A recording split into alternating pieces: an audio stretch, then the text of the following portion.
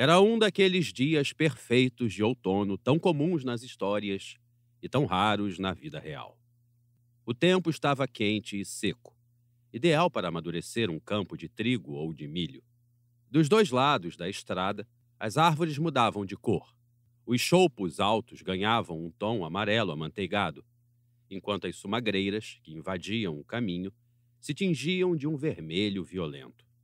Só os velhos carvalhos pareciam relutar em desistir do verão, e suas folhas permaneciam mescladas de dourado e verde. No cômputo geral, não se poderia esperar um dia mais agradável para que meia dúzia de ex-soldados munidos de arcos de caça tirassem de um sujeito tudo o que ele possuía. "Ela não é lá grande coisa como montaria, senhor", disse o cronista. "É pouco melhor que um animal de tração, e quando chove ela..." O homem o interrompeu com um gesto ríspido.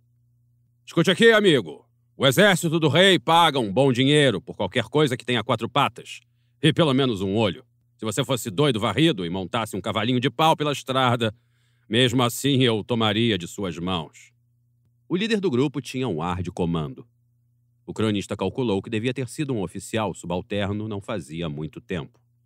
"Pule fora", disse o homem com ar sério. "Vamos resolver logo isso e você pode seguir seu caminho." O cronista desceu da égua.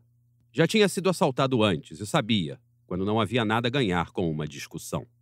Aqueles sujeitos entendiam do riscado. Não desperdiçaram energia nem bravatas com ameaças vãs. Um deles examinou a égua, verificando os cascos, os dentes e os arreios. Outros dois vasculharam os alforjes, com eficiência militar, dispondo no chão todas as posses mundanas do cronista. 2 cobertores, uma capa com um capuz, a sacola achatada de couro e sua mochila, pesada e bem fornida. "É só isso, comandante", disse um dos homens. "Exceto por uns 9 quilos de aveia." O comandante se ajoelhou e abriu a sacola chata de couro, espiando seu interior. "Aí só há papel e algumas penas", disse o cronista. O comandante virou para trás, olhando-o por cima do ombro. "Quer dizer que você é escriba?" O cronista assentiu com a cabeça. "É o meu ganha-pão, senhor. E não tem serventia real para o senhor." O homem vasculhou a sacola, constatou que era verdade e a pôs de lado. Em seguida, emborcou a mochila na capa do cronista, que fora estendida no chão, e esmiuçou sem pressa o conteúdo. Levou quase todo o sal do cronista e um par de cadarços para botas. Depois, para a grande desolação do escriba, pegou a camisa que ele tinha comprado em Linewood. Era de linho fino, tingido de um vivo azul real, boa demais para viajar. O cronista nem tivera a oportunidade de usá-la. Deu um suspiro. O comandante deixou todo o resto em cima da capa e se pôs de pé. Os outros se alternaram no exame dos pertences da vítima. O comandante perguntou: "Você só tem um cobertor, não é, Jans?" Um dos homens balançou a cabeça. "Então pegue um destes. Você vai precisar de uma segunda coberta antes de acabar o inverno." "A capa dele está em melhor estado que a minha, senhor." "Leve-a, mas deixe a sua. E você também, Whitkins. Deixe o seu estojo velho de pederneira, se vai pegar o dele." "Perdi o meu, senhor", disse Whitkins. "Senão eu deixava." Todo o processo foi surpreendentemente civilizado. O cronista perdeu todas as suas agulhas, com exceção de uma, os 2 pares de meias extras, um pacote de frutas secas, um torrão de açúcar, meia garrafa de álcool e um par de dados de marfim.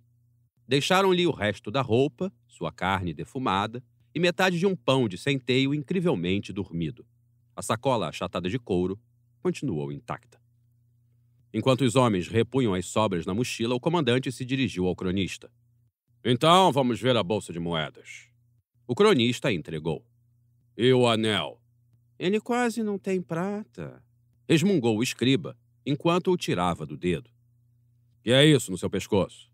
O cronista desabotoou a camisa, revelando um anel fosco de metal pendurado num cordão de couro. "É apenas ferro, senhor." O comandante se aproximou e o esfregou entre os dedos, antes de soltá-lo de novo no peito do homem. "Então, fique com ele. Não sou de me meter entre um homem e sua religião." Disse enquanto esvaziava a bolsa numa das mãos, dando um estalido agradável de surpresa ao remexer as moedas com o dedo. Escrever paga melhor do que eu pensava, comentou, começando a fazer as contas da partilha entre seus homens. Será que o senhor poderia deixar 1 ou 2 vinténs para mim? Perguntou o cronista. Só o bastante para umas 2 refeições quentes. Os 6 homens se viraram para olhá-lo, como se não conseguissem acreditar no que tinham ouvido. O comandante riu. Pelo corpo de Deus, você tem mesmo um par de bagos pesados, não é? Comentou. A contragosto houve um tom de respeito em sua voz. O senhor parece ser um homem ponderado, disse o escriba, encolhendo os ombros. E a pessoa precisa comer. O líder do bando sorriu pela primeira vez. Está aí um sentimento com que posso concordar, disse. Pegou 2 vinténs e os sacudiu, antes de repô-los na bolsa do cronista. Então aqui está um par para o seu par. Jogou a bolsinha para o escriba e guardou em seu alforje a bonita camisa azul real. Obrigado, senhor. Talvez lhe interesse saber que aquela garrafa que um dos seus homens pegou é álcool metílico que eu uso para limpar minhas penas. Vai fazer mal se ele beber. O comandante sorriu e balançou a cabeça. Está vendo no que dá tratar bem as pessoas? Disse, dirigindo-se a seus homens enquanto montava no cavalo. Foi um prazer, senhor escriba. Se começar a andar agora, você ainda conseguirá chegar ao Val do Abade ao escurecer. Quando deixou de ouvir o bater dos cascos dos cavalos ao longe, o cronista rearrumou a mochila, certificando-se de que estava tudo nos lugares. Depois tirou uma das botas, arrancou o forro e apanhou um montinho bem amarrado de moedas, enfiado bem no fundo, perto do dedão. Passou algumas para a bolsinha. Em seguida, desamarrou as calças, tirou outro embrulhinho de moedas que estava embaixo de várias camadas de roupas e também passou parte desse dinheiro para a bolsa. O segredo era manter a quantidade certa na bolsinha. Se fosse muito pouco, os ladrões se decepcionariam e ficariam tentados a procurar mais. Havendo dinheiro em excesso, poderiam se empolgar e se tornar gananciosos. Havia um terceiro embrulho de moedas enfurnado no pedaço de pão dormido, pelo qual só o mais desesperado dos criminosos se interessaria. Esse ele deixou sossegado momentaneamente, assim como o talento de prata, que escondera num vidro de tinta. No correr dos anos, passara a pensar nesta última moeda como mais um amuleto. Ninguém jamais a havia encontrado. Teve de admitir que provavelmente aquele tinha sido o assalto mais civilizado que já sofrera. Os bandidos tinham sido educados, eficientes e não tremendamente espertos. A perda da égua e da sela fora um golpe duro, mas ele poderia comprar outras no Val do Abade e ainda ficar com dinheiro suficiente para viver com conforto, até acabar com aquela tolice e se encontrar com Scarpe em Treia. Sentindo um chamado urgente da natureza, o cronista abriu caminho pelas sumagreiras vermelho-sangue à beira da estrada. Quando reabotoava as calças, percebeu um movimento súbito na vegetação rasteira e uma sombra escura se desvencilhou aos trancos de uma moita próxima. O cronista recuou cambaleante e gritou de susto, antes de perceber que não passava de uma gralha batendo as asas para levantar voo.